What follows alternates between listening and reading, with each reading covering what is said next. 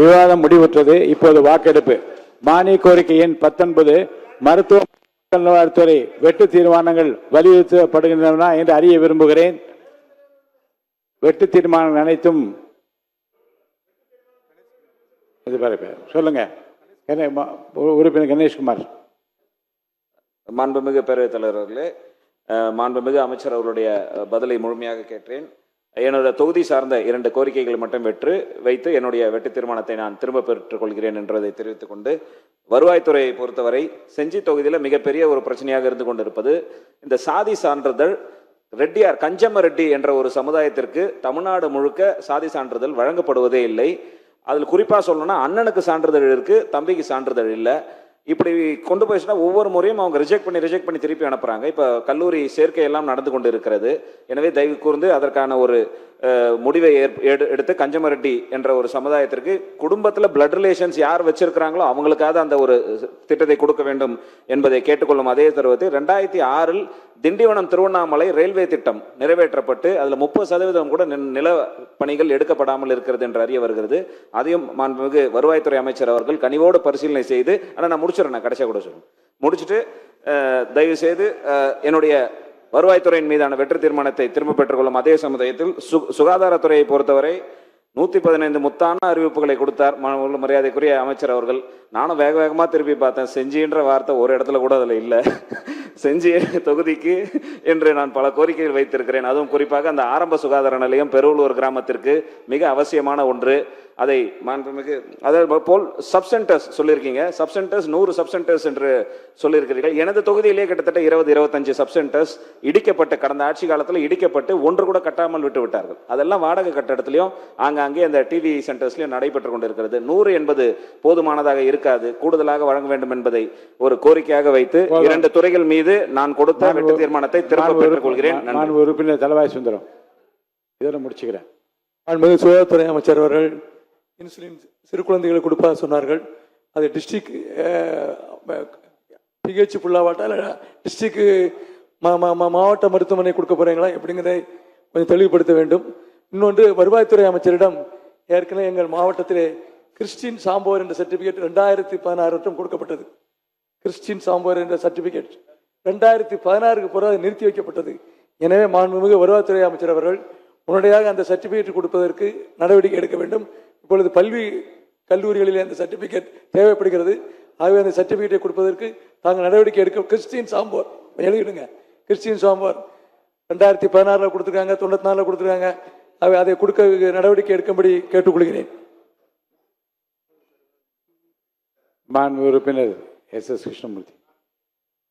மாண்புமிகு பேரவைத் தலைவர் அவர்களே, திருவண்ணாமலை அரசு மருத்துவக் கல்லூரி மருத்துவமனையில் முதல்வர் பதவி காலியாக உள்ளது. அரசு உடனடியாக அதை நிரப்ப வேண்டும். கூடுதலாக இங்கே நரம்பியல் துறை போன்ற முக்கிய துறைகள் இன்னும் உருவாக்கப்படவில்லை, அதையும் உருவாக்கப்பட வேண்டும் என்று கேட்டுக்கொண்டு வருவாய்த்துறையின் மூலமாக மாண்புமிகு அமைச்சருடைய கவனத்திற்கு ஒரே நிமிஷம் 2005ஆம் ஆண்டிற்கு முன்பு வரை நீர்நிலை பிடிப்பு பகுதிகளிலே வழங்கப்பட்டு வந்த பட்டா உச்சநீதிமன்றத்தின் உத்தரவு மூலமாக தற்பொழுது நிறுத்தப்பட்டிருக்கிறது. அந்த பகுதிகளிலே வாழுகின்ற மக்களை தற்பொழுது வருவாய்த்துறையின் மூலமாக அப்புறப்படுத்த முயற்சி செய்யப்படுகிறது. அந்த நிலையில் அவர்களுக்கு மாற்று இடம் வழங்கிவிட்ட பின்பு அவர்களை அப்புறப்படுத்த வேண்டும் என்று அரசுடைய கவனத்திற்கு கொண்டு வருகிறேன். ராமச்சந்திரன். மாண்புமிகு பேரவைத் தலைவர்களே, கிராம நிர்வாக அலுவலர்கள் அந்த ஊராட்சியிலேயே தங்கி பணியாற்ற வேண்டும் என்று அரசாணையே இருக்கு. பெரும்பாலான கிராம ஊராட்சி அலுவலர்கள் அந்த பஞ்சாயத்து தங்குவதில்லை. ஆகவே இது பொதுமக்களுக்கு பெரும் சிரமமாக இருக்கு.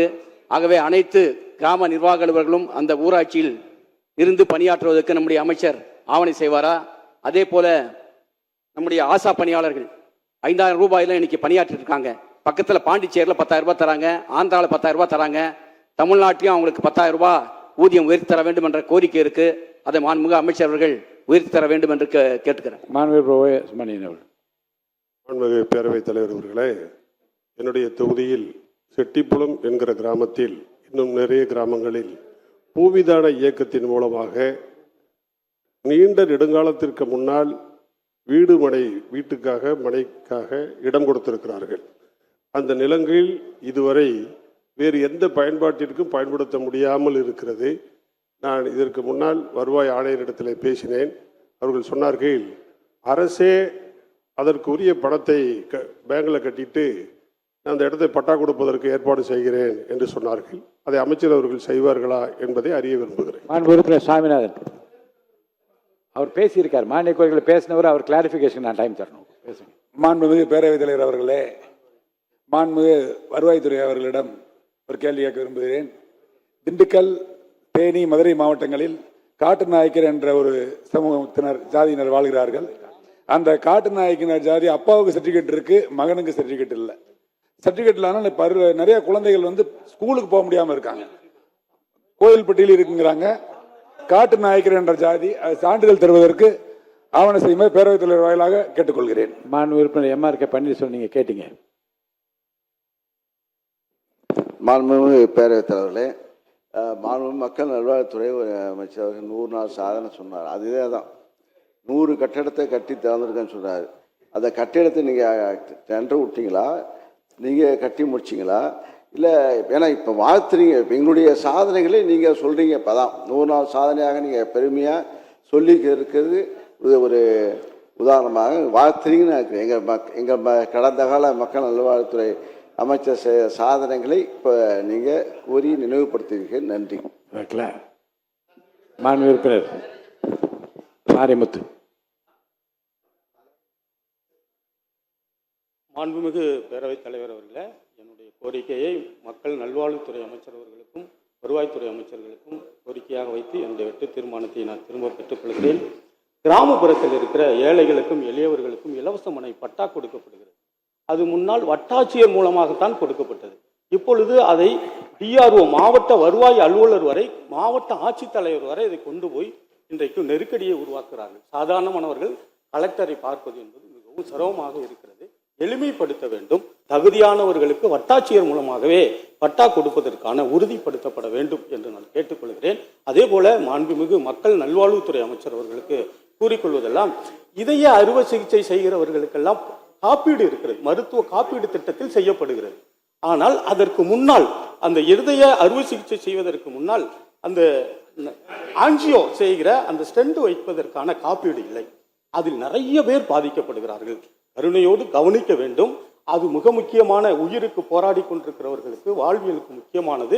அதையும் அந்த மருத்துவ காப்பீடு திட்டத்தில் இணைக்க வேண்டும் என்று நான் கூறிக்கொள்வதோடு, அதோடு சேர்த்து என்னுடைய தொகுதியில் நான் அமைச்சரை நேரடியாக பார்த்து மனு அளித்திருக்கிறேன். கிட்டத்தட்ட ஆட்சிக்கு வந்த முதலே உடனடியாக நான் மக்கள் நல்வாழ்வுத்துறை அமைச்சரை கவனத்திற்கு கொண்டு வந்திருக்கிறேன். ஊடகங்களில் பல செய்திகள் எல்லாம் வந்துவிட்டது. அதையும் நான் அமைச்சரின் கவனத்திற்கு கொண்டு சென்றேன். நான் கவர்னர் உரையில், அந்த நன்றியறிப்பு உரையில் பேசுகிற போது கூட நான் குறிப்பிட்டு சொன்னேன், இந்த விளக்குடி அரசு ஆரம்ப சுகாதார நிலையம் பழுதடைந்து போய் சிதிலமடைந்து விழுந்து விட்டு வேறொரு இடத்தில் அது தற்காலிகமாக வைக்கப்பட்டிருக்கிறது. நான் இந்த கொள்கை விளக்க அந்த குறிப்புகளில், அந்த அறிவிப்புகளில் நான் பக்கம் பக்கமாக தேடி பார்த்தேன். ஒரு இடத்தில் கூட அது இல்லாமல் இருக்கிறது. நல்வாழ்வுத்துறை அமைச்சர்